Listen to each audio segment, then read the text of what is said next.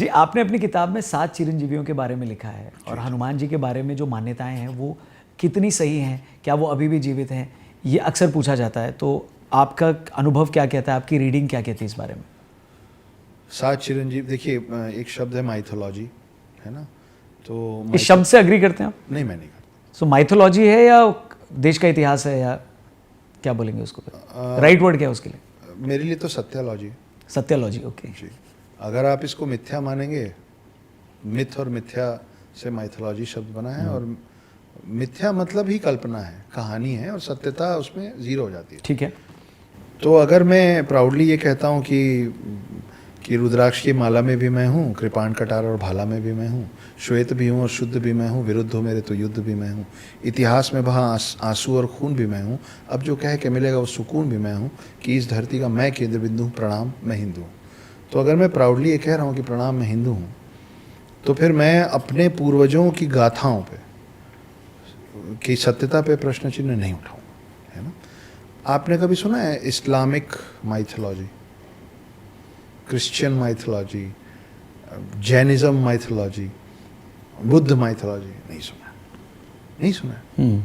सिर्फ हिंदू माइथोलॉजी सुना है हम लोगों ने। तो क्या है कि हमको ये समझना पड़ेगा कि जब पुराण बहुत पुराना हो जाता है ना, तो उसको हम मिथ्या मानने लग जाते हैं। When history becomes history, you start calling it mythology, but that's not true. जो अभी हम बोल रहे थे कि आपके उंगली से अगर वोटिंग का निशान हट गया तो इसका मतलब ये नहीं कि आपने वोट नहीं दिया था, वोट तो दिया था। मतलब वो बोलते हैं ना, खुदा गवाह है जी, कि हम तो आपके पहले से भी थे और आपके बाद भी रहेंगे, उसके लिए कोई कुछ कर नहीं सकता। करेक्ट। तो जी, मैं इसको बिल्कुल सत्यालॉजी मानता हूँ, इसमें कोई दो राय नहीं है। वो तो विद टाइम हम लोगों को इस तरीके से चैनलाइज कर दिया गया है और सिस्टमेटिकली चेंज करने के लिए इतनी मेहनत की गई है कि आप देखिए ना कि मेरा ऐसा मानना है कि जब पहली बार यूरोपियन और वेस्टर्न कंट्री से लोग आए होंगे, तो उन्होंने यहाँ पे देखा होगा कि गुरुकुल में बच्चे बैठे हुए हैं और बच्चे संस्कृत के बड़े बड़े श्लोक बोल रहे हैं और उसके बाद अर्थात के बाद उसका मतलब भी बोल रहे हैं। लिखना तो आता ही है। तो उन्होंने कंपेयर किया होगा खुद के बच्चों ऑफ द सेम एज, तो उनको समझ में आया होगा कि यार वो लोग तो A for apple, B for ball, C for cat, D for dog सीख रहे हैं। उसी उम्र का यहाँ का बच्चा तो पता नहीं क्या कर ले रहा है। तो अब आप दो ही तरीके से अपनी लाइन बढ़ा सकते हैं, या आप अपनी लाइन मेहनत करके लंबी खींच लीजिए, या सामने वाले की या छोटी कर दीजिए। तो फिर हमको धीरे धीरे समझाना शुरू किया गया होगा कि भाई मॉडर्न मतलब हम, तुम लोग नालायक हो। कुछ लोगों को वो बात, नालायकों को बात समझ में भी आ गई कि हाँ हम नालायक हैं। तो फिर ये जो पद्धति चली ना, A for apple, B for ball, C for cat, D for dog, E for elephant, मैं समझता हूँ कि इंग्लिश आना, it is very important to know English in order to stand in the global platform and prove yourself. उस पर कोई दो मत नहीं है, कोई डिबेट नहीं है। पर रौनक भाई, ये कहाँ लिखा है कि आपको ABCD सीखने के लिए A for apple, B for ball ही सीखना? ये सिस्टमेटिकली ये सिखाते सिखाते आपको जी फॉर गॉड सिखा गए। आज भी मैं भी छींकूंगा तो आपके मुंह से निकले गॉड ब्लेस यू। तो अगर आपको ABCD सिखाना है वहाँ खड़ा करने के लिए, तो आप ए फॉर अग्नि सिखाइए, ए फॉर अम्बा, अंबिका, अम्बालिका सिखाइए। मुस्लिम है तो ए फॉर अल्लाह सिखाइए। आप कोई भी धर्म मानते हैं तो बी फॉर बिलीव सिखाइए। आप कोई भी कल्चर मानते हैं तो सी फॉर कल्चर सिखाइए। डी फॉर धर्म हो सकता है, डी फॉर डॉग तो सीख ही जाएगा मेरा बच्चा। और ये क्यों हो रहा है कि नहीं, बच्चों को दिखता है ना, वो एप्पल दिखा के समझा, मेरे बच्चे को नहीं देख के सीखना है, उसको उससे बेहतर आता था पहले भी।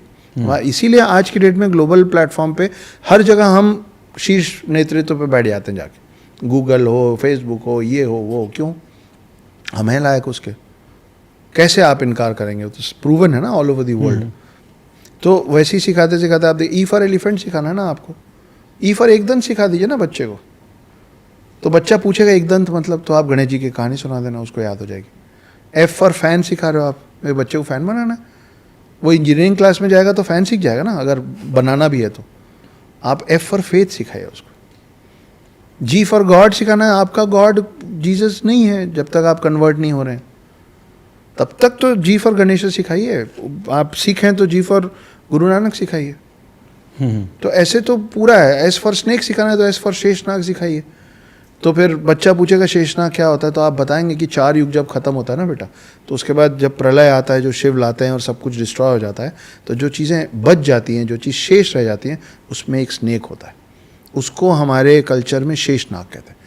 तो आपके कल्चर के बारे में वहीं से तो सीखेगा। आप क्या सिखा रहे हैं उसको कल्चर। तो खैर वो मेरा दूसरा साइड है। Coming back to Hanuman ji, sorry. Please please. तो मैं थोड़ा विषयांतर हो गया, मैं भटक गया नहीं, अपने इमोशंस में। नहीं, ये भूमिका चावला, सॉरी, भूमिका बांधना भी जरूरी है।